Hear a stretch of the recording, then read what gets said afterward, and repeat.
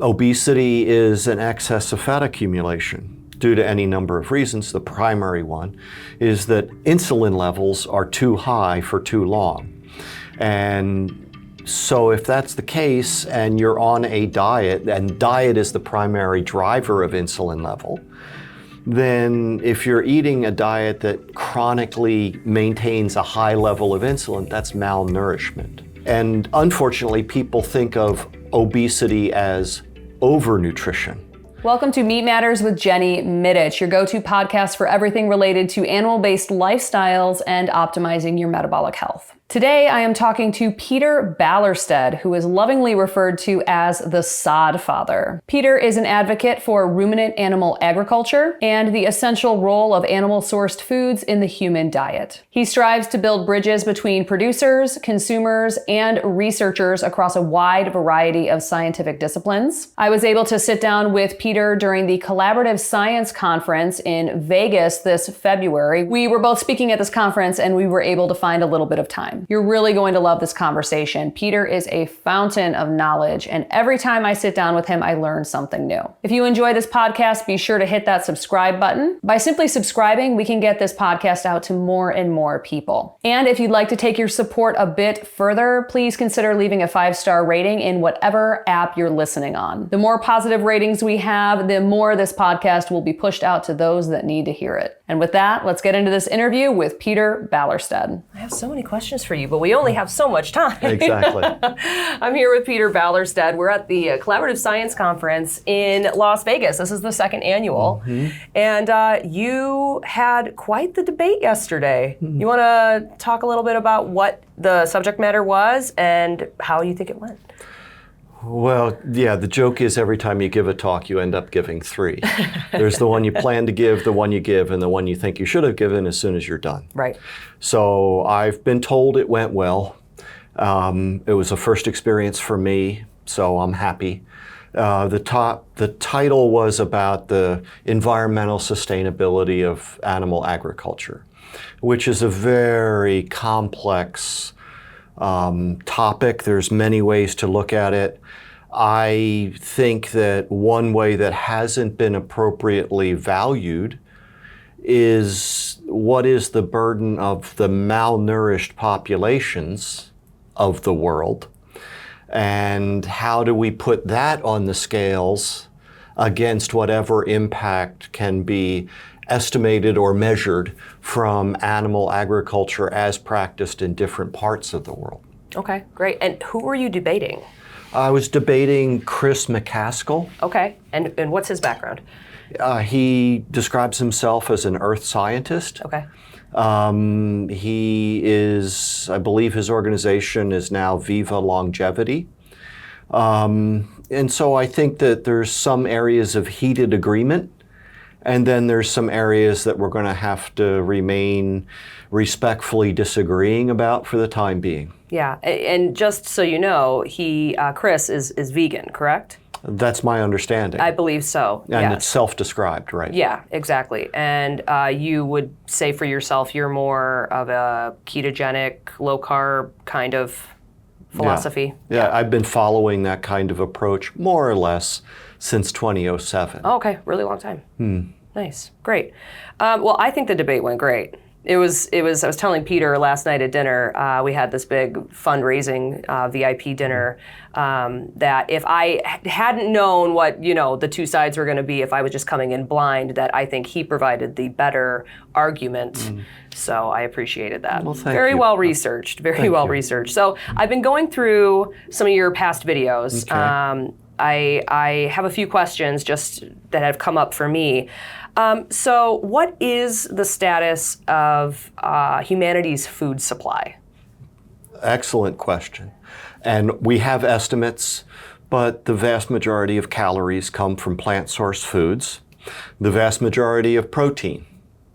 Now, that's a whole longer conversation, but as typically reported, the vast majority of protein in humanity's food supply comes from plant sources as well.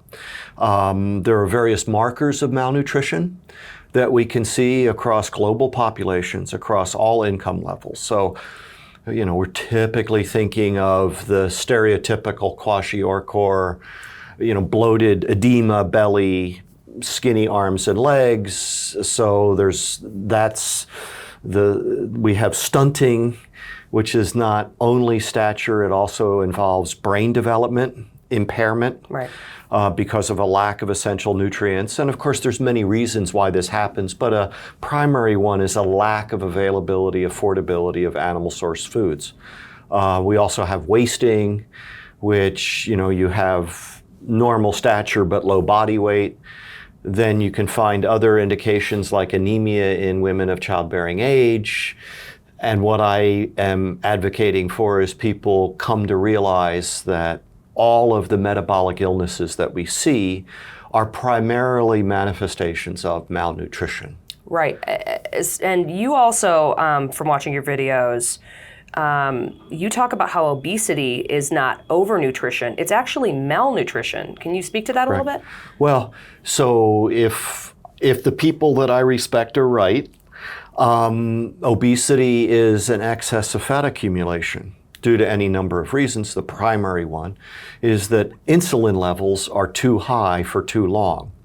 And so if that's the case and you're on a diet, and diet is the primary driver of insulin level, then if you're eating a diet that chronically maintains a high level of insulin, that's malnourishment. And unfortunately, people think of obesity as overnutrition.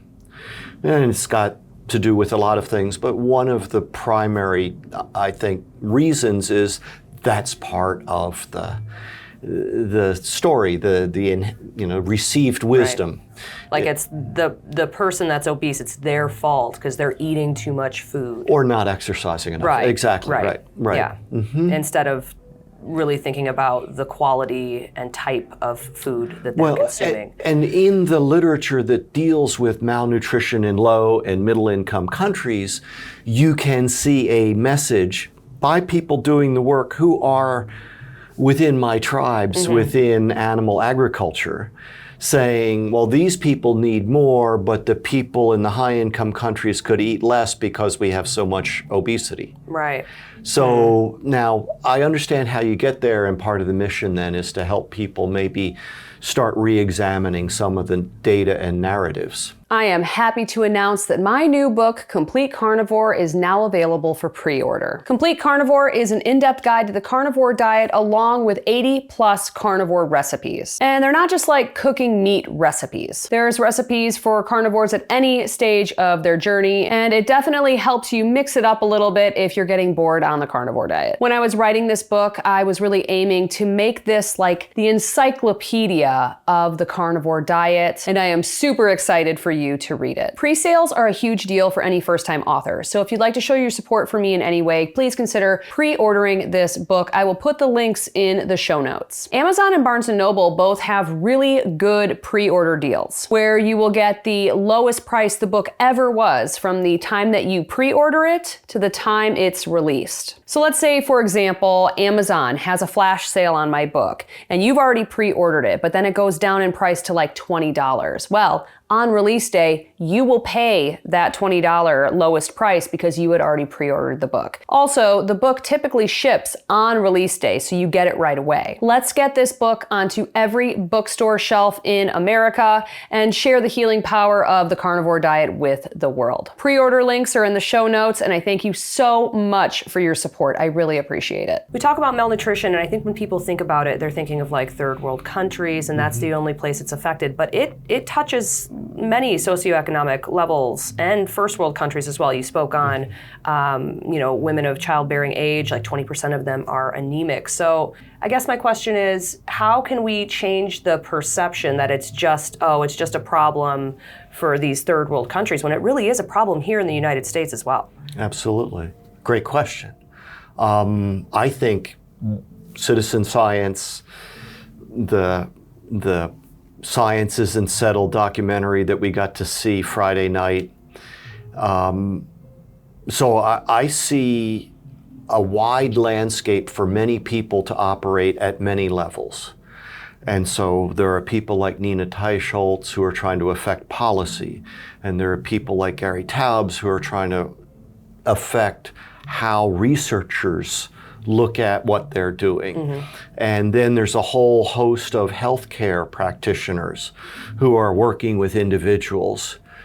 My role as someone who's not a medical professional, I've been looking for ways for non-medical professionals to carry this message to their colleagues.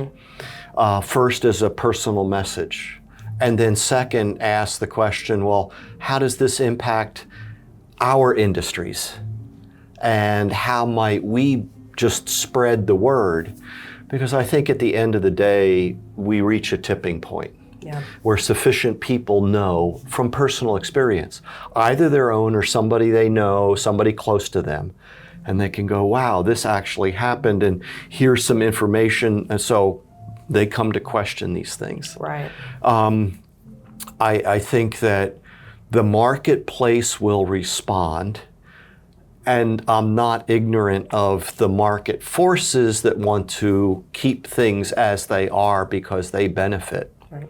But I think at some point it just gets strong enough that those industries that want to take advantage of an opportunity will do so. Right. Yeah, I think that's kind of like what happened with just keto, when the early stages of when ketogenic diets were really, there's tons of companies that came in and like, ooh, keto snacks and keto this and keto that. Right, and of course, I think that the key to keto is not the brand registered trademark. Right. It's learning what's affordable, what's accessible in the marketplace now, and how is that appropriate to individual lifestyles? Right. So while I am an omnivore that's very heavy on animal source foods, that's my chosen approach. Right. Now, there are better metrics of health than we've been taught. We've been hearing about those. So finding that information and saying, okay, how am I doing toward achieving those metrics? Right. Personal experience is personal experience, and it's very important. So nobody wakes up one morning and goes, oh my God, I'm obese. Right. Like, how did this happen? Yeah. It happens over a long period of time, and people are aware, and they often, I think Gary Taubes once said, maybe the obese should be defined as those who can't lose weight by eating less or exercising more. Yeah. Maybe there are people for whom that approach works. Okay, there's a longer story we could talk about, but now we have people who have tried the recommendations and found them ineffective. Yeah. Yeah, I feel like the vast majority, I don't want to say the vast majority, a lot of people that do calories in, calories out, exercise more, eat less, I feel like we've all tried that. I know I have. And I had a little bit of success with it. Yeah.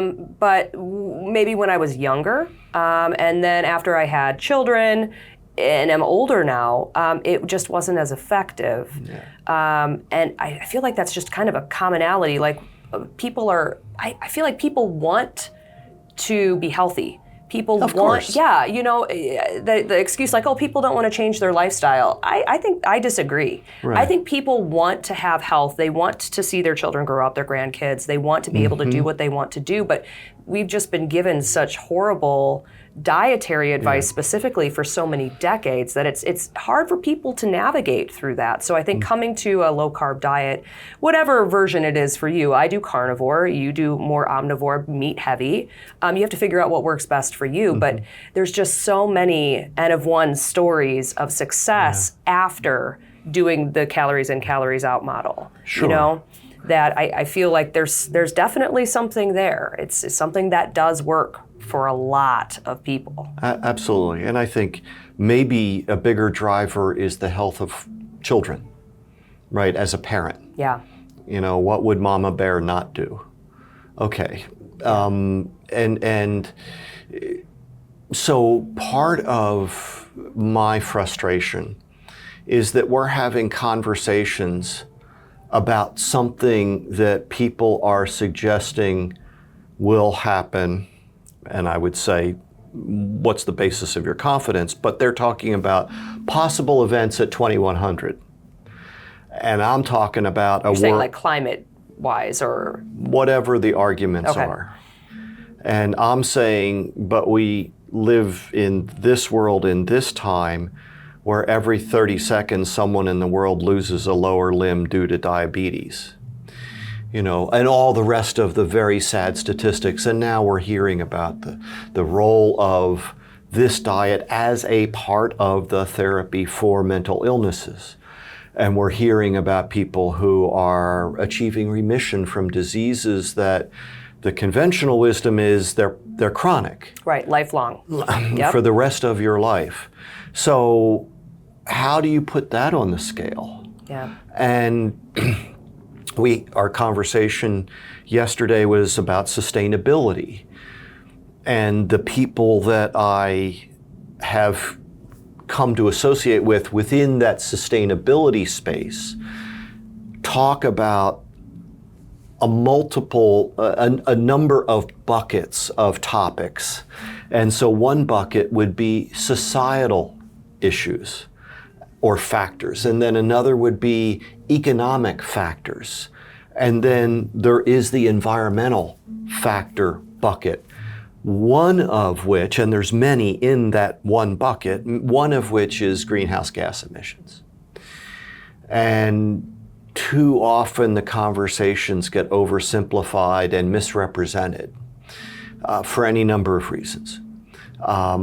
And I want to say, what's the societal burden of chronic illness? Diminished lifespans, diminished worker productivity, the loss of parents because of whatever restrictions that places on their lives. What is the economic burden? We know it's massive. Yeah. And growing. Yeah. And it's unsustainable.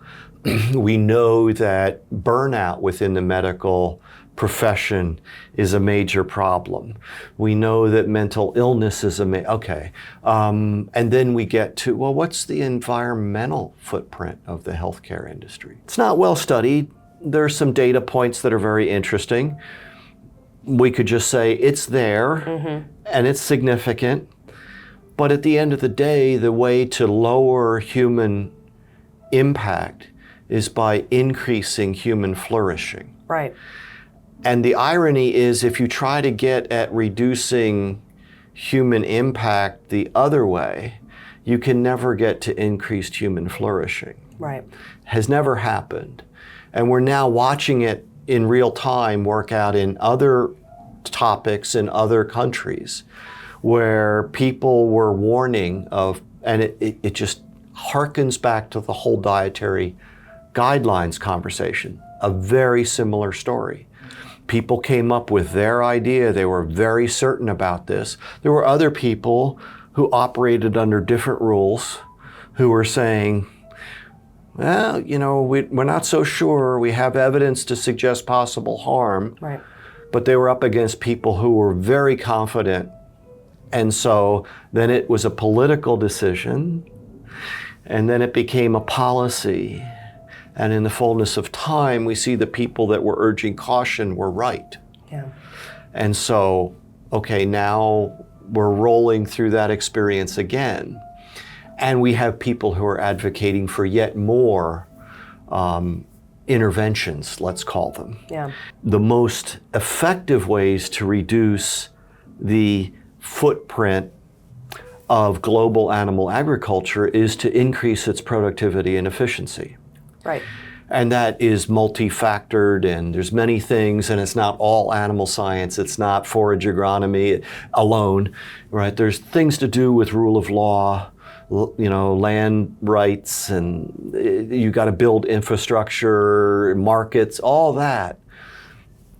But upstream of all that is getting the appropriate people to catch the vision that this is the direction we need to move in. Yeah.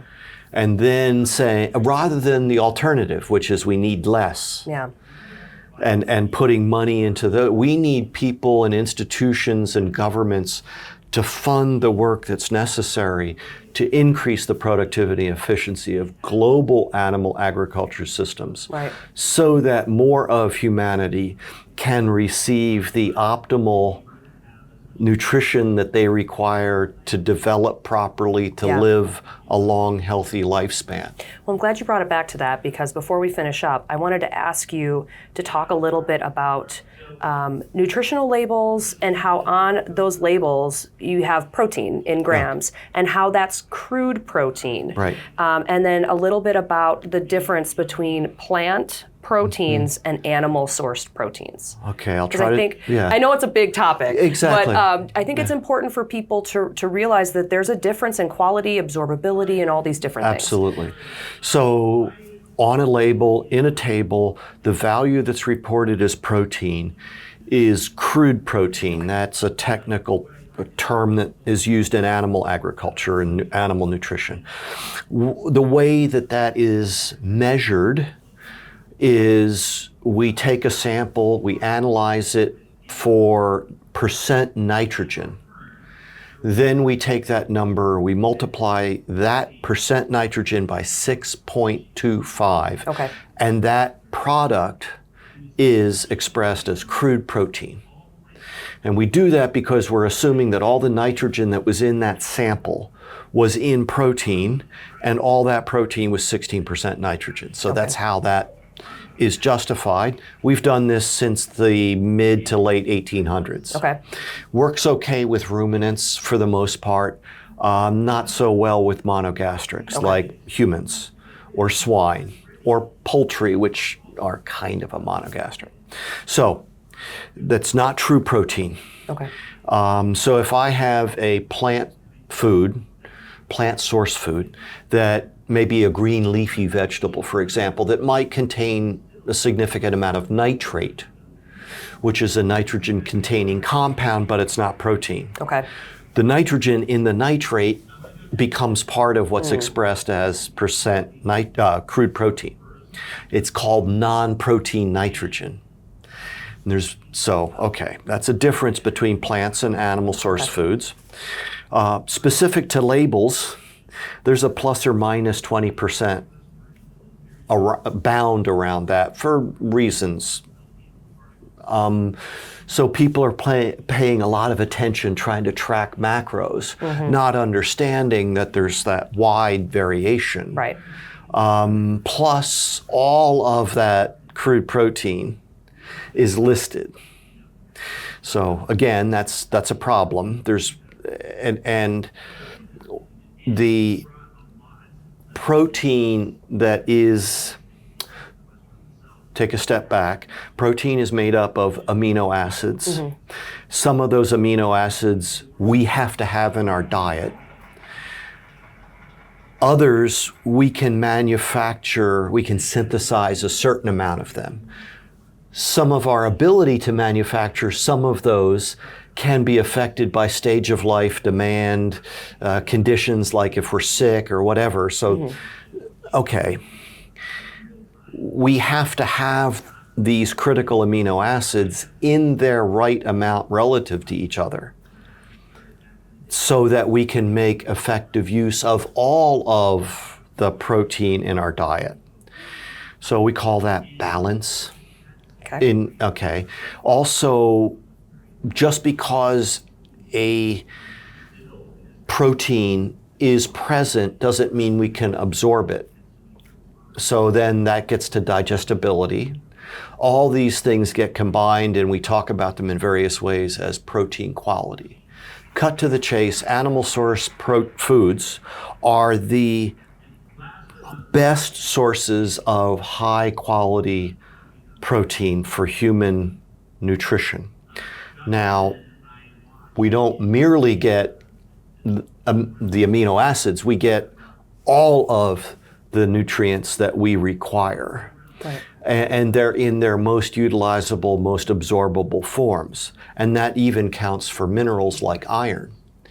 So there's this package of essential nutrition that we get in animal source foods beyond the protein. But right now there's evidence of a lack of indispensable amino acids in maybe a fifth of adults in the US, to say nothing about when we get to low and middle income countries. Right. If it's this bad here, imagine how bad it's Well, you know, everywhere. in other countries, it's because of economic issues, affordability and access. In this country, okay, those are still going to be in some places, but the irony is we have people who are making personal choices Yeah. that are resulting in the same condition. Right. So yeah, it's a topic I've tried to address in some of my presentations, and there's a lot more information available that I want people to be aware of. Yeah. And so whatever I can do to share sources, that's what I try to do. Yeah, it's wonderful. So we have a limited time with Peter today because we are at this collaborative science conference, but I'm definitely going to have him on the podcast again because I really want to dive deeper into these issues.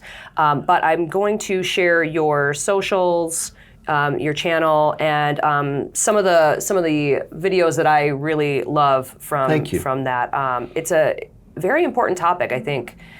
A lot of the time when people think of like sustainability and animal agriculture and stuff, they kind of don't focus on the human health aspect that's so important. Absolutely. They don't credit their own human health enough. Yeah. Also, there's some flawed thinking. Like if we don't eat a pound of animal source food, we can just replace that with a pound of this. And it's like, we no, can't. we can't. Yeah. It's going to require much more, and there are consequences for that substitution. Right. And then there are also the problems with the food system itself. We think of either or, right? We devolve to that in so many topics. Yeah. Us and them. And it's so much more nuanced It's than that. all us. Everything is, yeah. And so there is no sustainable food system without livestock agriculture in general and ruminant animal agriculture in particular. Right. So even if people want to be plant-based, you have to have ruminants in order to have the plants in the first place. In order for the system to function. Correct. So one study looked at the creation of what they called vegan food in Europe. And they found for every kilo, you could say pound, of vegan food, you created a kilo or you created 3 to 4 pounds or kilos of inedible biomass. Right. So you cannot replace food production with food processing. Right. So the argument is, well, we can take these, again, debatable, edible commodities and process them into some other product. Like a vegan processed food in a box or something. Whatever, granola bar, whatever. Right. But in that processing, you're losing some of that. Right. And then the thing that isn't well appreciated is when we process cereals into something that's brown and crispy, we decrease its nutritive value in terms of the protein content. And that's something we can get into and I've covered in other topics. So we're not only decreasing the food supply, we're lowering its nutritive value. Right. It's already low nutritive value. Exactly. How much more can it go down? Well, yeah, I'm afraid we're trying to find out. Right. Yeah. Right. Yeah, it's remarkable. The leftover biomass, couldn't that just be fed to ruminants and then turned into the higher quality food in the first place? That's exactly what we do now. Yeah. Yeah, you can't get milk from almonds, but you can get it from almond hulls. Yeah. Which is what happens in California. Almond hulls are a big feed resource in the California dairy business. Yeah. And so exactly, ruminants are the upcyclers of so much inedible biomass into foods of highest nutritional quality. Yeah, it's amazing. Peter does amazing work. You definitely need to check out his channel. So Peter, Thank you so much for being with me today. It's my pleasure. Thank you for the opportunity. Anytime. I think an air fryer is a required kitchen tool for anybody following a carnivore diet or a low-carb way of eating. The air fryer that I have in my kitchen is the Tasty. Tasty air fryer is a game changer. Not only does it go much higher in temperature than any other air fryer on the market, going up to 450 degrees Fahrenheit, but it also has a built-in temperature probe so you can get your meat cooked to the exact temperature you want every single time. Its sleek design is beautiful on your countertop, and it's also really easy to clean. Tasty just upgraded their basket to have a ceramic coating that is, as always, BPA and PFOA free. So you can rest easy knowing that you're not putting tons of toxic chemicals into your food when you are cooking it. Right now you can save $30 on your new Tasty air fryer by heading over to tasty.net/Jenny Mitich and using code Jenny30 at checkout. Link and code is in the show notes.